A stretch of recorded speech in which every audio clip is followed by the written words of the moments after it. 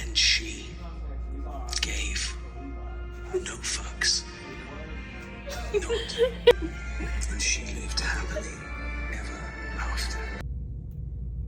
Me finding out that instead of mysterious and cool, people think I'm autistic. I believe 100%. That's a good one. I don't want to work anymore because I'm working every day, very hard. True. That's true. Good morning, you fabulous bitch. How does it feel to wake up being the most badass motherfucker alive? You may think your anxiety levels might be